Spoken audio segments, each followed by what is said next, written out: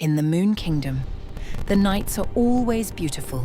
Silver light washes over the palace towers, and the entire kingdom glows like something from a dream.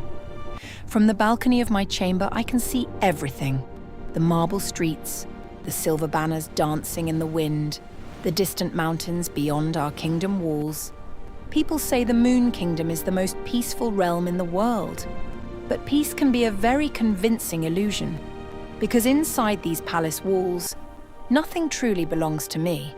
Not the throne I will one day inherit, not the palace I was raised in, not even my future. Tomorrow, everything changes. Tomorrow, I will be promised to a man I have never met. A man who rules an empire feared across every kingdom. They call him powerful. They call him unstoppable. But those who have seen his wars call him something else, cruel. My father says the marriage will bring peace, that our kingdoms will unite, that the people will finally be safe. But I have learned something about royal promises. They are rarely meant to protect the princess. They are meant to sacrifice her. So tomorrow, I will smile before the court. I will bow before a tyrant. And the Moon Kingdom will celebrate the beginning of a new alliance. But tonight the moon is brighter than usual.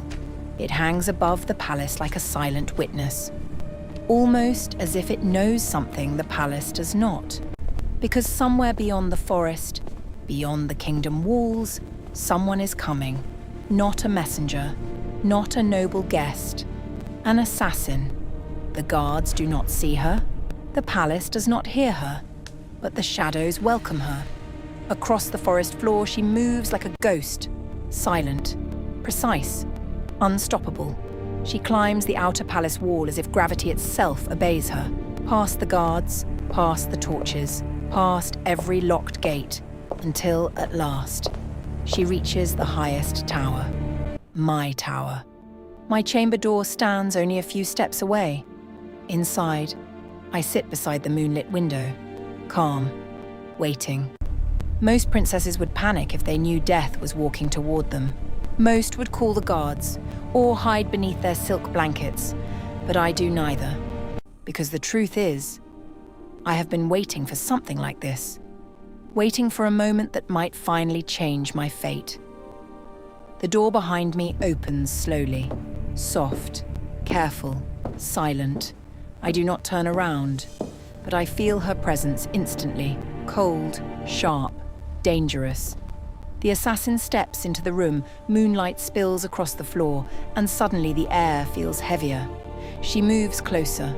Her footsteps are almost impossible to hear, a shadow among shadows. Then I feel it, the cool edge of steel pressing lightly against my throat, a dagger, sharp enough to end a life with the smallest movement. For a moment, neither of us speaks. Perhaps she expects me to scream, or beg, or tremble like the fragile princess everyone believes I am. But instead, I smile. Slowly, I turn my head just enough to look into the eyes of the woman sent to kill me. Her gaze is sharp, focused, but there is something else there. Curiosity, as if she cannot understand why I am not afraid. And finally, I break the silence, softly, calmly, almost amused.